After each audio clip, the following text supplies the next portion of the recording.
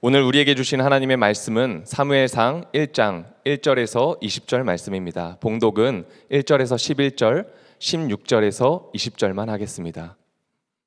에브라임 지파에 속한 숲의 자손 엘가나라는 사람이 에브라임의 산간 지방에 있는 라마다임에 살고 있었다.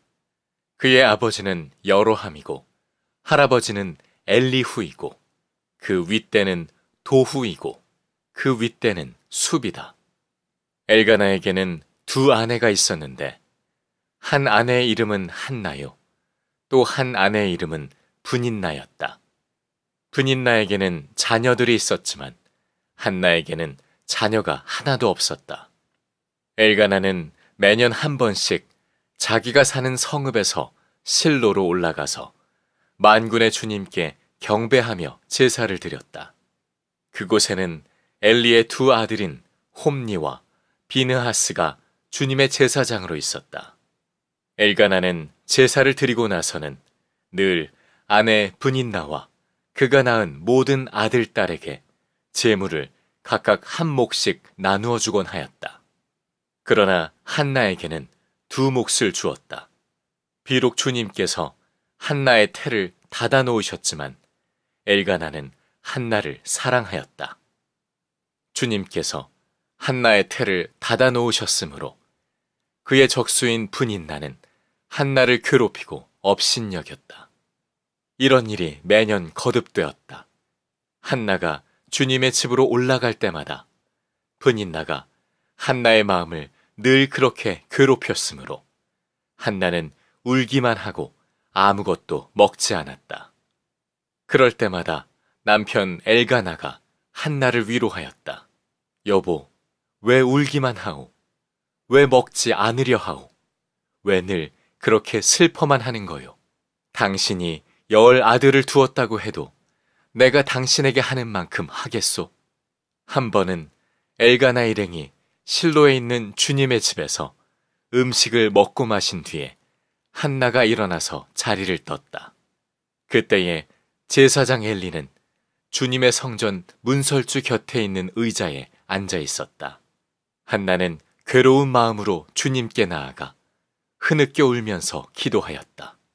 한나는 서원하며 아뢰었다.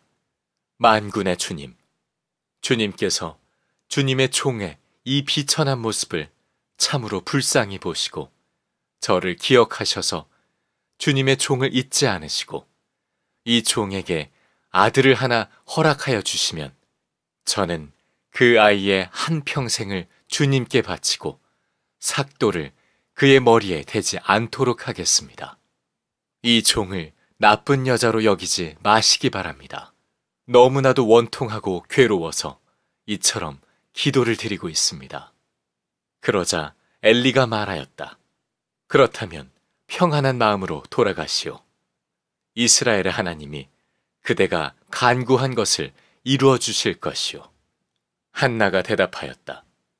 제사장님, 이 종을 좋게 보아 주시기 바랍니다. 한나는 그 길로 가서 음식을 먹었다. 그리고 다시는 얼굴에 슬픈 기색을 띠지 않았다. 다음 날 아침 그들은 일찍 일어나 주님께 경배를 드리고 나서 라마에 있는 집으로 돌아왔다. 엘가나가 아내 한나와 동침하니 주님께서 한나를 기억하여 주셨다. 한나가 임신을 하고 달이 차서 아들을 낳았다. 한나는 주님께 구하여 얻은 아들이라고 하여 그 아이의 이름을 사무엘이라고 지었다.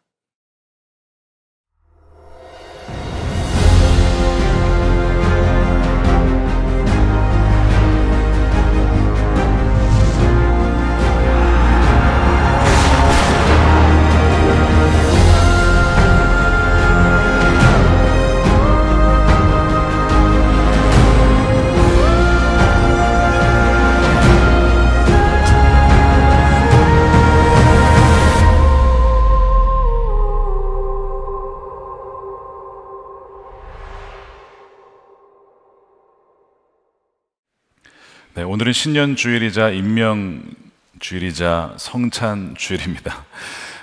우리 지난 3일간 금식성회를 잘 드렸습니다. 하나님이 주신 은혜에 감사를 드리고, 여러분 성령의 불을 끄시면 안 됩니다. 장작과 기름을 항상 공급하셔야 됩니다. 아무리 큰 은혜를 받아도 가만히 있으면 꺼지기 때문에 그래요. 올해 주일에는 이 사무엘상 말씀을 나누려고 하고요. 금요 성경 집회는 요셉 시리즈가 마치는 대로 우리 로잔 대회를 준비하면 삼각교회가 같이 우리 사도행전 말씀을 나누기로 했습니다. 그래서 우리 사도행전 말씀을 우리 금성 때는 나누도록 하겠습니다. 아마 눈치채신 분들은 아시겠지만 제가 주로 인물 설교를 하신다는 것을 아실 겁니다. 여호수아, 다니엘, 요셉 이런 식으로 이번에도 이제 다윗이 나오게 될 텐데 그렇게 하는 이유가 있습니다. 이 성경은 하나님의 이야기죠. 그리고 거기에는 하나님 나라의 인물들이 나옵니다. 그리고 고유한 역할이 있어요. 동일하게 우리도 지금 하나님의 이야기 속에 살고 있는 거 아십니까? 우리는 하나님 이야기에 있어요. 잊으시면 안 됩니다. 그는 그냥 성경만의 이야기가 아니고 우리가 지금 그 하나님의 이야기 안에 여러분 각자가 역할이 있다는 것입니다. 그리고 이 성경의 인물들의 이야기와 우리의 이야기는 맞닿아 있고 비슷한 점이 굉장히 많아요. 그래서 우리가 이 이야기를 읽고 하나님 말씀을 들을 때마다 거기에서 그 하나님의 이야기를 통해서 우리의 이야기를 해석하고 보는 훈련을 하는 것입니다. 그래서 이번 사무엘상 시리즈를 통해서 하나님의 뜻이 무엇이며 하나님의 마음에 맞는 사람이란 어떠한 삶인지를 그것을 우리가 모두가 깨닫게 되는 시간이 되기를 원합니다. 이 사무엘상이 시작되는 배경은 사사기입니다. 우리가 사사기를 다루지는 않았지만 출애굽 이후에 광야 40년을 지나고 여호수아가 이 가나안 정복 전쟁을 승리를 이끌고 그 다음에 그가 죽습니다. 그 이후에 영적 암흑기가 찾아오게 되죠.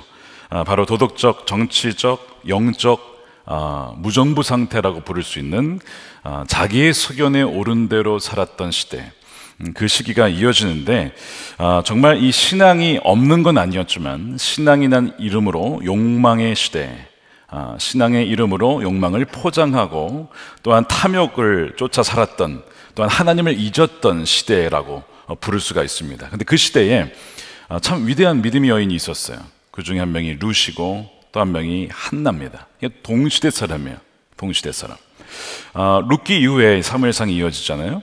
그러니까 룻은 그리고 한나는 공통점이 가정에 어려움이 있었다는 공통점과 그 사사기의 암흑기를 지났다는 공통점과 더불어서 그 위기를 믿음으로 기도로 돌파했다는 또 공통점이 있습니다. 또 하나는 룻기의 마지막은 다윗을 낳았다로 끝납니다. 다윗을 낳은 그 선조가 되는 것이죠, 룻이.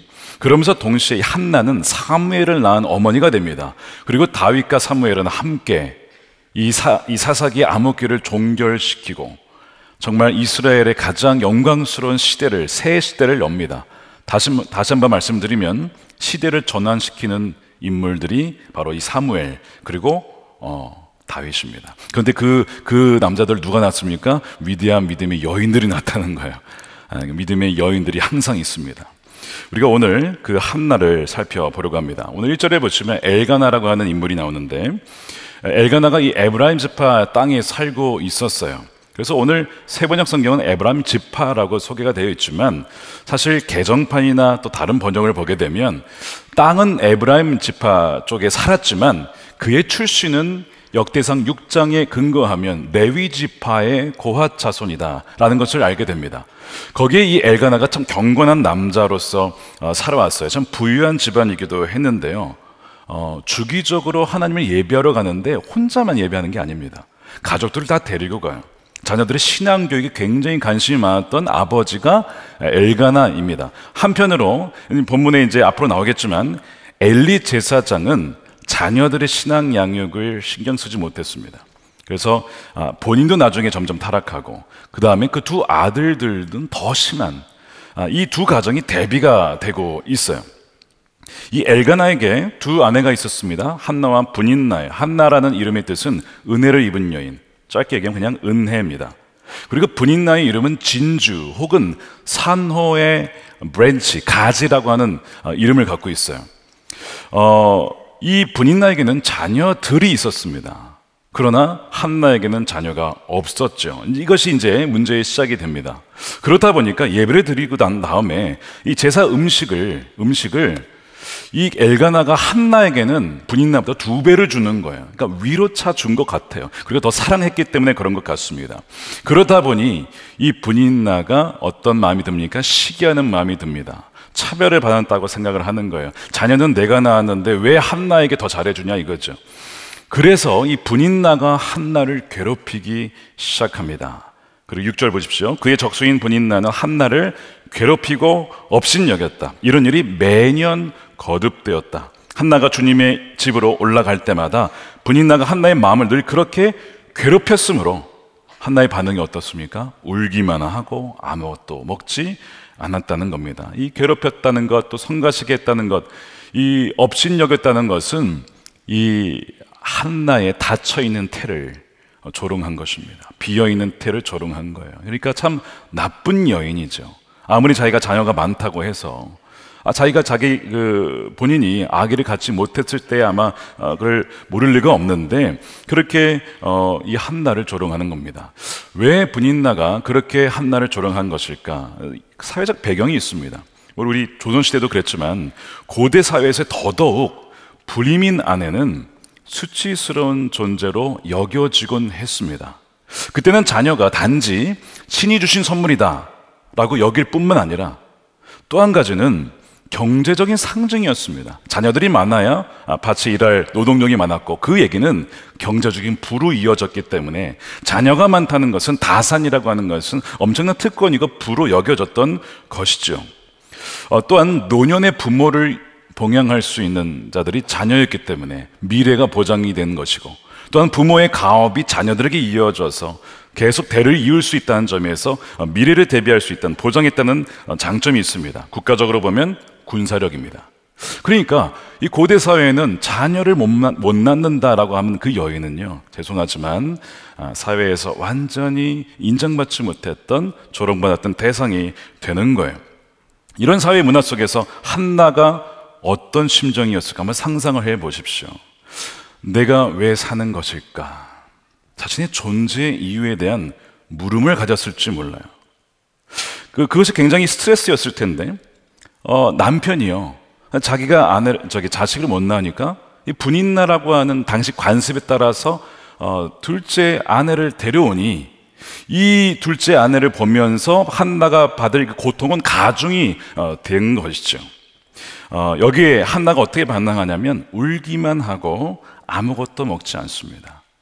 여러분, 우울증 증상 중에 하나가 일에 관심이 없다는 것과 잠이 잘 오지 않는 불면증과 그 다음에 바로 식욕이 감퇴되는 먹지 않음에 있어요. 그러니까 한나가 굉장한 극심한 오랜 기간 동안 정서적인 불안정과 함께 우울증을 겪었다는 단서이죠.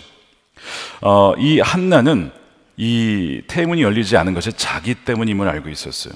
왜 그렇죠? 남편과 분인나 사이는 자녀가 있었으니까 남편에게 문제가 있는 게 아니고 나에게 문제가 있구나 하는 것을 알았기 때문에 더 마음이 아픈 것입니다. 그러니까 분인나의 괴롭힘과 더불어서 자기의 자책감, 내가 생명을 잉태하지 못한다는 자책감이 더해지면서 분인나는 늘 울기만 하고, 오늘 프로모 영상 때 한나가 이만한 눈물을 흘리잖아요.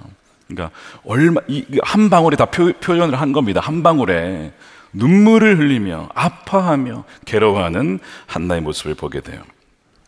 오늘날에도 이 한나의 이야기가 있습니다. 제가 종종 한 달에도 여러분이 찾아오세요. 잉태하지 못해서 자녀가 없어서 기도해 주십시오. 이 두 부부가 오면 기도를 해드립니다. 눈물 없이 기도받는 분이 아무도 없습니다. 다 눈물이 그렁그렁해요. 저도 간접적으로 그분들을 보면서 마음이 참 무겁습니다. 그러나 기도하면서 하나님이 가장 최선의 것을 주시라 하는 것을 축복하고 보내드리곤 합니다. 한국보건사회연구원의 보고서에 의하면 이 불임치료 여성의 95%, 거의 대부분이죠, 정서적인 고통과 우울증을 경험하고 있다고 해요. 그래서 80%는 실질적으로 치료를 받고 있다고 합니다. 이 난임 부부가 부부 갈등이 있고요, 또한 시부모와의 갈등, 관계도 악화되는 경향이 있다고 합니다. 게다가 이 난임 부부는 평균적으로 이 임신과 출산을 위해서 4년에서 8년 그 이상을 써야 되고요. 또한 인공 이 시술, 이 시험관 시술 때문에 수백만 원에서 수천만 원까지 이 부담을 해야 되기 때문에 가정 경제에도 사실은 심각한 영향을 미치고 있는 거예요. 그러니까 이 한나의 고통이요, 이 성경만의 이야기가 아니고 오늘날의 많은 분들의, 여성들의 고통인 것이죠. 한나의 눈물은 곧 지금 우리 많은 여성들의 눈물인 것입니다. 이 한나의 고통과 분인나로부터의 업신여김, 불임 때문인데, 분인나가 그녀를 조롱한 것은 이런 거죠. 그러니까 아니, 당시에 여자라면 자녀를 낳아야지, 나는 이렇게 많이 낳는데 너는 왜 그렇게 기대에 못 미치냐 라고 하는 어떤 압박이 있었던 거예요. 당시 여성으로서 이상적인 모습을 너가 지금 못하고 있지 않느냐, 그러면서 계속 조롱하는 이 문화적인 이상과 기대치에 대한 어떤 그 문화가 있어요. 근데 이것이 그때만이 아니고 지금도 마찬가지입니다. 단지 자녀만이 아니고요, 현대 문화의 각양각색의 분야에서 우리 각 사람들에게 영향을 주고 압박을 주는 어떤 문화적인 기대치가 있습니다. 그래서 그 기대치에 못 미치면 어떻게 하죠? 딱지를 붙여요. 루저다, 이렇게 딱지를 붙입니다. 그래서 오늘 본문에서 이 한나를 괴롭히는 오늘날의 분인나가 있어요. 오늘날의 분인나는 현대사회의 어떠한 기준과 기대치에 미치지 못하는 자들을 조롱하는 목소리입니다. 예를 들면 이런 거예요. 너 학교 어디 나왔니? 학교 안 나왔는데요. 대학 안 나왔어? 나왔다 그러면 그거 인서울이야? 라고 조롱하는 뭔가 으스대는 분인나가 있어요. 또한 승진하지 못한다며, 너 왜 계속 그 자리에 있어? 나는 벌써 2번이나 승진했는데 라고 하는 분인나가 있죠. 회사 연봉을 비교합니다. 몇 천만 원이니? 나는 6천인데 이러면서 으스대는 또한 분인나가 있어요. 또한 너 지금 나이가 몇이야? 연애하고 있어? 결혼을 왜 안 해? 이런 식으로 나는 이렇게 했는데 너는 왜 그러냐, 이게 오늘날의 분인나 아닙니까? 심지어 여러분, 교회도요 그럴 수 있어요. 저도 작은 교회를 섬겨보지 않았습니까? 작은 교회의 목회자들이 받는 서름이 있습니다. 누구로부터요? 보다 큰 교회로부터. 그분들이 그런 건 아니겠지만 그런 소리가 들려와요. 개척한 지 몇 년인데 아직도 왜 그러고 있냐 라고 하는 눈빛과 어떤 태도들이 있어요. 굉장히 사실은 마음 아픈 것이죠. 그러니까 오늘날의 주위에 우리의 분인나들이 있습니다. 분인나들. 이것이 바로 우리 현대사회와 관습, 우리에게 강요하는 어떤 문화적인 기대치예요. 이건 진리는 아닌데 사회에서 그렇게 따라가지 않으면 루저라고, 뒤처지는 자라고 하니까 어쩔 수 없이 맞춰가려고 하는 거, 어쩔 수 없이 그 그룹 안에 이너서클에 들어가려고 아등바등하는 모습이 우리의 지금 모습 아닙니까? 오늘날 여성들이 겪는 분인나의 가장 고통스러운 형태는 외모입니다. 외모. 남성도 마찬가지인데요. 나는 이렇게 예쁘고 날씬하고 그런데 너는 뭐니? 라고 하는, 웃으신 분들은 굉장히 자존감이 좋으신 분들이십니다. 제가 굉장히 조심스럽게 말씀을 드리고 있어요. 실제로 이것 때문에 고통스러워하는 분들이 많기 때문에 그렇습니다.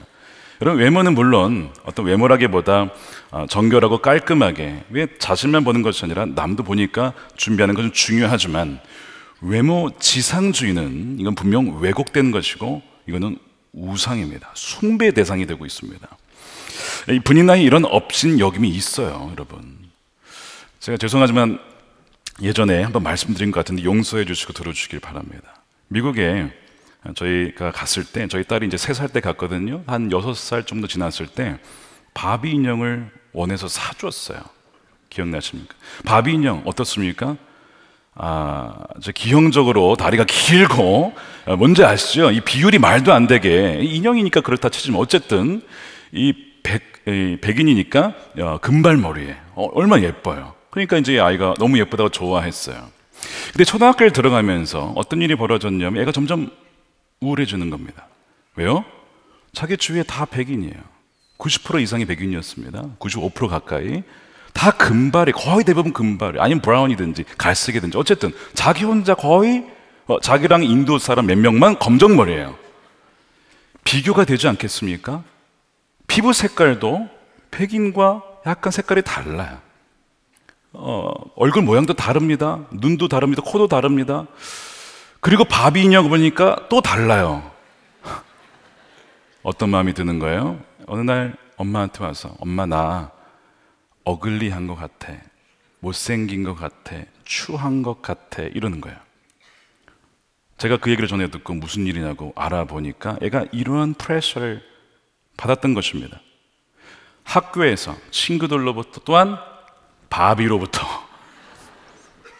제가 바비를 그날 이후로 완전히 정리해버렸습니다. 다시는 바비는 볼 수 없었더라. 홍해 이후에 애굽의 군대를 볼 수 없었던 것처럼 다시는 바비를 볼 수 없었더라. 집도 있었는데 다 없어버렸어요. 바비 집까지. 아름다움에 대한 왜곡된 기준을 심어주고 있었어요. 이게 기준이야. 그렇습니까 과연? 그건 하나의 기준일 뿐이지 절대적인 기준이 될 수 없잖아요. 나중에 이제 나이가 좀 지나서 아직 10살이 좀 되기 전이었습니다. 한국에 나왔어요. 정말 미국에 간 이후에 처음 나왔을 때에 얘가 충격을 받습니다. 왜 충격받냐면 한국에 한국 사람들이 이렇게 많아. 다 검정머리야. 자기처럼. 그러면서 엄마에게 이런 얘기를 했어요. 엄마, 하나님이 한국 사람들 많이 만드셨나 봐.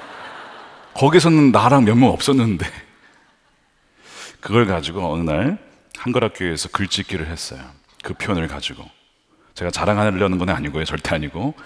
시카고 총영사관 대상을 받았습니다. 왜 그걸 받았는가 제가 보니까요. 심사하신 분들의 심금을 울린 것 같아요.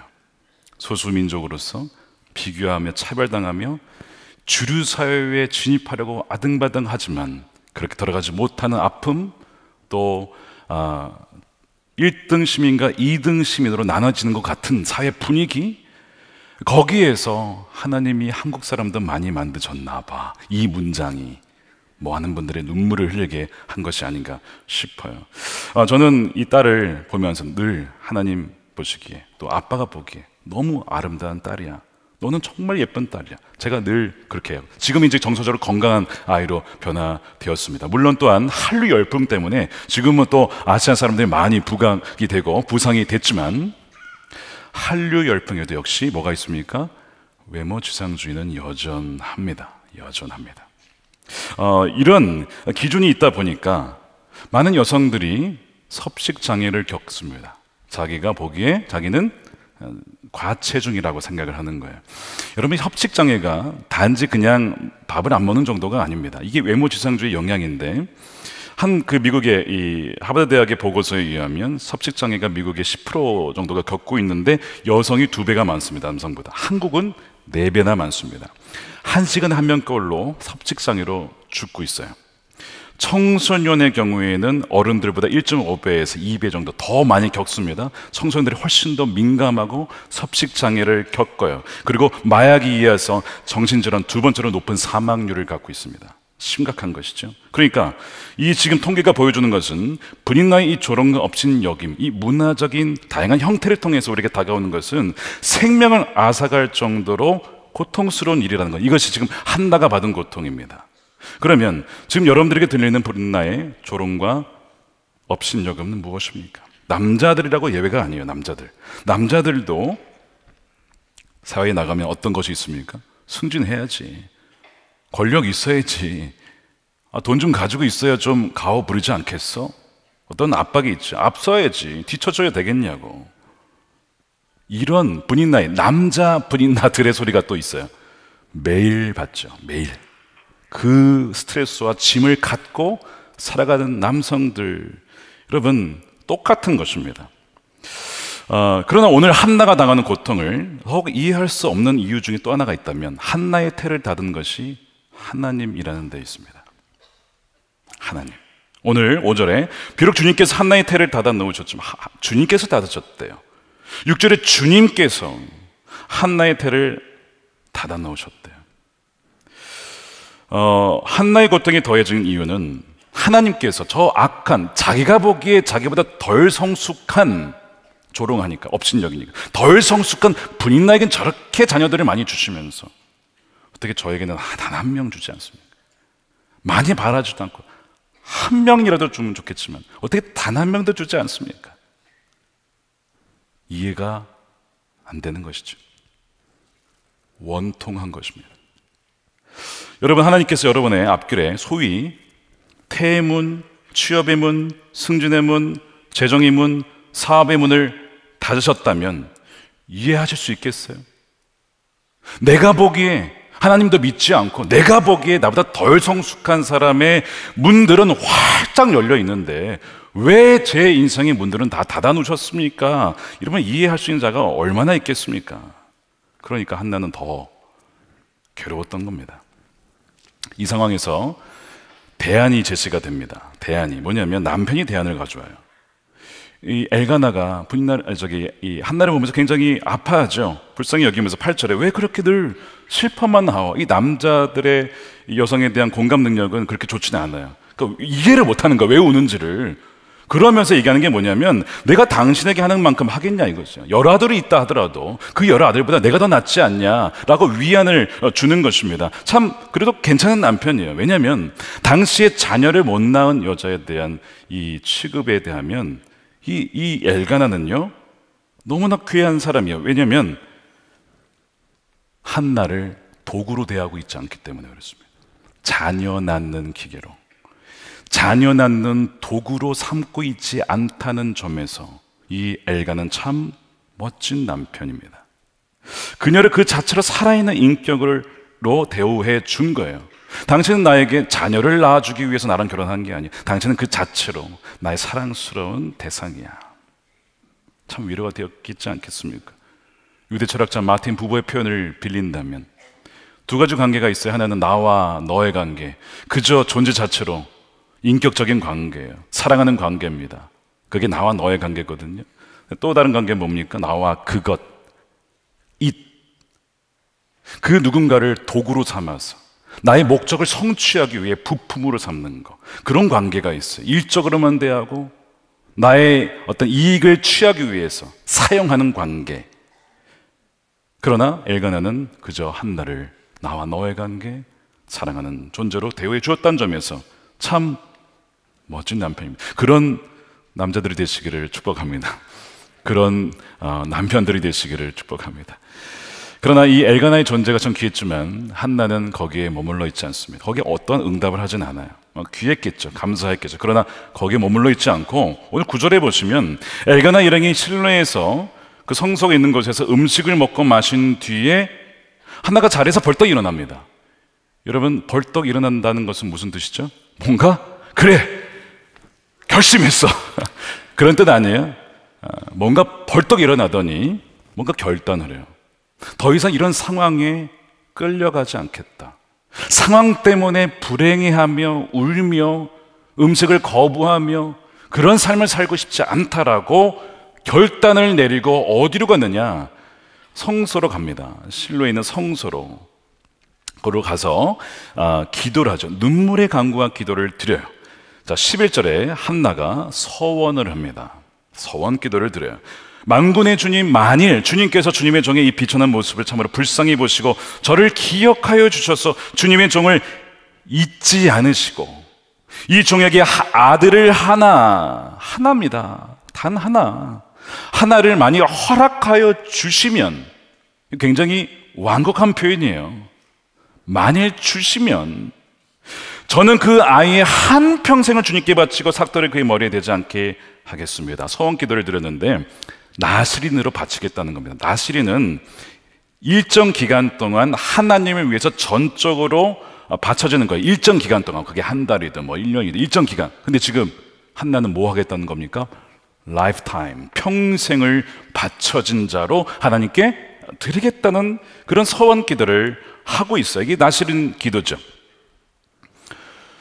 그 기도를 드린 다음에 이 엘리 제사장으로부터 평안히 가라, 하나님이 내가 기도하여 구한 것을 허락하기 원한다라는 말을 듣습니다. 그리고 그 말을 들은 다음에 음식을 먹기 시작하고 그 다음에 다시는 근심하지 않습니다. 18절에 제사장님, 이 종을 좋게 여겨주시기를 바랍니다. 하나님의 호의로 봐주시길 바랍니다. 하나는 그 길로 가서 음식을 먹고 다시는 얼굴에 슬픈 기색을 띠지 않습니다. 오늘로 모든 슬픔은 끝이에요. 자, 어떻게 그럴 수 있었을까요? 임신했습니까? 지금? 아니거든요. 자녀 난 것도 아니거든요. 주실지도 몰라. 여러분, 주실지도 몰라 가지고 확신을 가질 수 있으세요? 아니요. 계속 염려됩니다. 하나님, 내가 바치기로 했으니까 주실 거야. 거래적인 관계는 확실하게 오지 않는 이상 계속 불안하기 마련이에요. 근데 지금 슬픈 기색이 없다는 거예요. 그것은 물론 이 한나가 믿음의 여인이기 때문에 믿은 건 맞아요. 하나님이 주시겠다라는 믿음. 게다가 엘리 제사장으로부터 응답을 받았으니까 하나님이 주시겠다라는 그 믿음 때문에 더 이상 슬퍼하지 않는 것이 물론 맞습니다. 그러나 한나는 지금 아들을 주실 것이라는 단지 그 이유만으로 슬픔이 사라진 것은 아닙니다. 왜냐하면 한나는 아들을 가져도 가질 수 없기 때문에 그렇습니다. 지금 나시린으로 바치겠다고 했잖아요. 바치겠다는 것은, 여러분, 나시린은 하나님께 완전 드려진 거예요. 드려졌다는 얘기는 사실상 죽은 거거든요. 첫 것은 내 것이야. 원래 첫 것은 다 죽어야 되는데 죽었다 치고 나에게 드리는 거야. 그러니까 이 아들은 내가 가질 수 없는 겁니다. 만약 한나가 내가 아들을 가질 수 있으니까 이제는 슬퍼하지 않고 기뻐했다면 부인나와 차이점이 뭐가 있어요? 똑같은 것이죠. 이 시대가 요구하는 어떤 성취, 어떤 그 기대치에 나도 이제 나도 그렇게 될 수 있어라는 그 기쁨이 온 게 아니라고요. 지금 한나는 그게 아니고 오히려 그 반대입니다. 한나는 지금 사회적인 어떤 기대치와 어떤 그 요구사항에 대해서 더 이상 나는 그것 때문에 좌지우지 되는 것이 아니라 내 행복이 거기서 오는 것이 아닙니다. 그 모든 것에 죽은 거예요.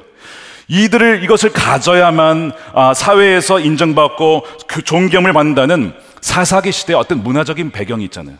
그 사회의 압박에 대해서 저는 이제 죽었습니다. 외모지상주의, 학벌주의, 성취주의, 물질만능주의, 오늘날의 이 분인나들의 요구에 죽은 것입니다. 비교에 죽은 것입니다. 그래서 그녀의 기도는 이것이었어요. 지금까지는 항상 나를 위한 자녀를 원했고 내가 원하는 것을 얻지 못하면 항상 슬펐습니다. 그러나 오늘부터는 그렇지 않습니다. 이제는 나를 위한 자녀는 죽었고 나의 옛 욕망은 완전히 이제 주님께 바쳤습니다. 그러니까 안 주셔도 저는 좋습니다. 그러나 만일 주신다면 이 아이는 더 이상 제 것이 아니고 주를 위해서 완전히 드릴 것입니다 라고 하는 그 기도를 드린 거예요. 오늘날 우리가 드려야 될 기도가 무엇일까? 바로 이거 아닙니까? 하나님 이거 주세요, 저거 주세요가 아니고 오히려 그것을 주님께 그냥 바치는 겁니다. 드리는 것입니다. 거기에 대해 죽는 거예요. 지금 사실 하나님이 태문을 닫으셨다는 것은 테스트입니다. 하나님 보시는 거예요. 욥기에 보시게 되면 사탄이 하나님께 와서 욥을 보면서 이런 얘기를 하죠. 하나님, 욥이 왜 하나님 경외하는지 아십니까? 이유가 있어서 경외하는 거 아닙니까?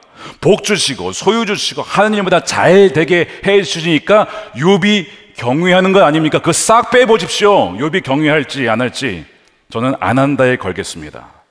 그랬더니 하나님이 그럼 해보라고. 그 테스트, 태를 닫았을 때에 한나가 어떻게 하는지 하나님은 보시는 거예요. 그러면서 이 한나의 고백은 있으나 없으나 내게 그것이 행복의 조건이 아니라 나는 이제 다 바쳤습니다. 다 하나님께 다 바쳤습니다.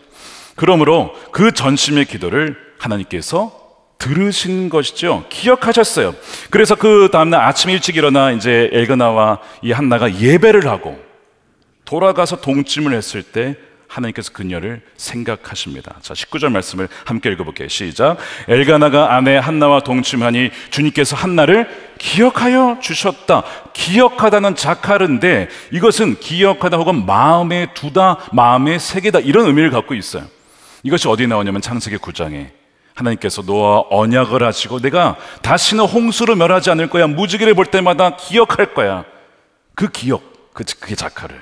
그러니까 지금 이 한나의 모든 것을 원하는 게 아니고 오히려 그것을 드리는 이 기도를 하나님이 기억하시고 마음에 새기셨다는 뜻이죠. 그 기도가 무슨 기도예요? 하나님의 마음에 맞는 기도입니다. 하나님이 그것을 들으신 거예요.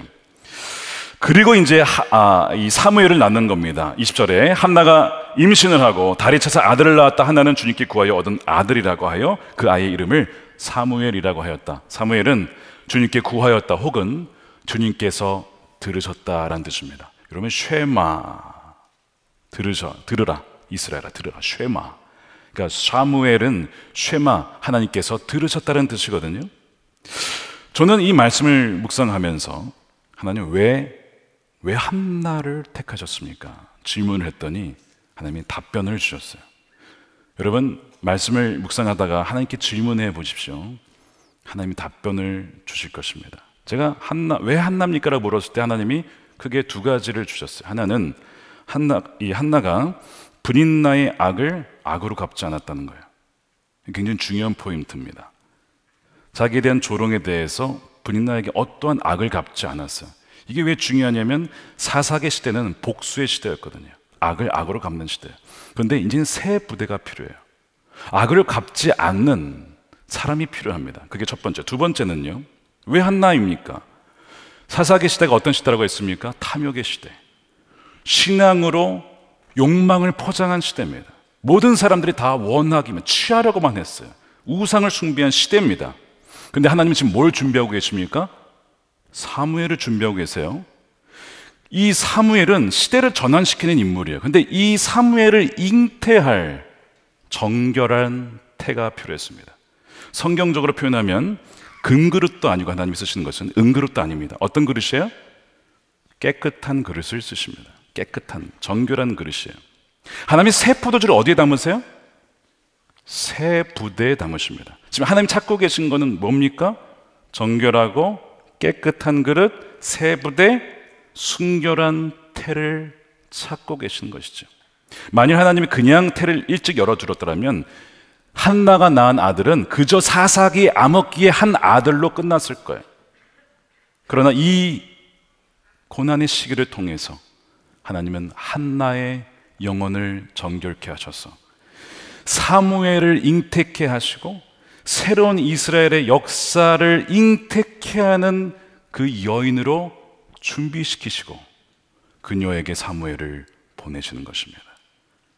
왜 한나입니까에 대한 하나님의 대답이었어요. 사랑하는 여러분, 오늘 본문은요, 말씀의 핵심은 내가 원하는 것을 간절히 기도하면 얻는다가 아닙니다. 핵심은 받고 얻는 것이 아니고 욕망과 야망에 죽는 것이고 온전히 주님께 귀한 것을 드리고 바치는 것이고 정결한 태를 준비하는 것입니다. 그걸 말하고 있어요. 하나님은 늘 그런 식으로 역사하셨어요. 사라의 태를 다셨다가 새로운 시작하실 때 이삭을 주시기 전에 준비하셨고, 그렇죠? 엘리사벳 세례 요한을 준비시키기 위해서 엘리사벳 가정을 준비하셨고 마리아를 준비하셔서 예수 그리스도를 오게 하신, 항상 그런 식이었습니다. 제가 이 말씀을 준비하면서 왜 2024년 첫 주일 예배를 이 본문으로 우리에게 주셨을까? 하나님이 우리 교회에, 여러분 각 사람에게, 가정에게 새 시대를 일으킬 사무엘과 같은 어떤 일을 준비하고 계신데, 뭘 준비하라는 겁니까? 정결한 태, 깨끗한 그릇, 새 부대를 준비하라는 것입니다. 우리가 포도주를 준비할 수 없어요. 그건 하나님이 하시는 거예요. 우리가 할 일은 뭐예요? 새 부대, 정결한 태. 이 세상에 똑같이 그 기준에 맞춰서 아등바등 올라갈 사람이 필요한 게 아니고 시대를 역행하여서 모두가 욕망을 원하고 모두가 다 강구하고 얻고자 할 때에 오히려 바치고 드리고 인생을 드리는 그 여인을 찾으셨다고요. 마찬가지로 하나님이 지금 올해 사무엘 어떤 역사를, 새 역사를 이루실 텐데 한나와 같은 여인들을 찾고 계시구나. 한나와 같이 하나님 마음에 합한 맞는 그 기도를 실제로 마음 중심으로 드리고 자기의 인생을 드린 자를 찾고 계시는구나 하는 것을 깨닫게 되었어요. 그러면서 주님, 저도 그런 그릇이 되게 해 주십시오. 하나님의 새로운 역사와 생명을 잉태하는 정결한 태가 되게 해 주십시오. 그렇게 기도하게 되었고 그렇게 여러분들을 위해서 기도하게 되었습니다. 사랑하는 여러분, 오늘 새해 첫 주 예배 이 말씀을 여러분의 가슴에 새기십시오.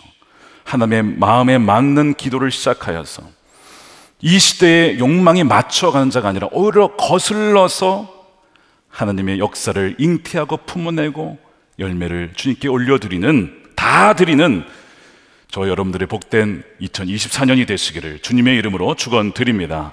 우리 함께 기도하겠습니다. 이 시간 우리 성찬을 준비하겠습니다. 성찬은 나는 죽고 이제 예수로 살아간다는 거 아닙니까? 나의 옛자는 죽었어요. 욕망은 죽었어요. 나의 사사기의 암흑기는 끝난 겁니다. 사사기에 또 그런 아들을 낳자는 게 아니고 완전히 새로운 사무엘을 낳아야 되기 때문에 이제는 옛 그릇에 담을 수가 없어요. 옛 부대에 담을 수가 없습니다. 터져버리니까 완전히 새로운 부대가 필요합니다. 오늘 성찬은 바로 우리를 그런 새로운 부대로 준비시키시고 내가 새 일을 행하겠다라고 한 하나님의 확정인 것입니다. 오늘 그 믿음으로 오늘 우리 성찬을 받았으면 좋겠어요. 주님, 내 안에 계신 주님, 새로운 사무엘과 같은 역사를 이루어 주시옵소서. 나의 옛 욕망은 죽었습니다. 하나님만 온전히 영광 받아 주옵소서. 우리 함께 기도로 우리 성찬을 준비하겠습니다.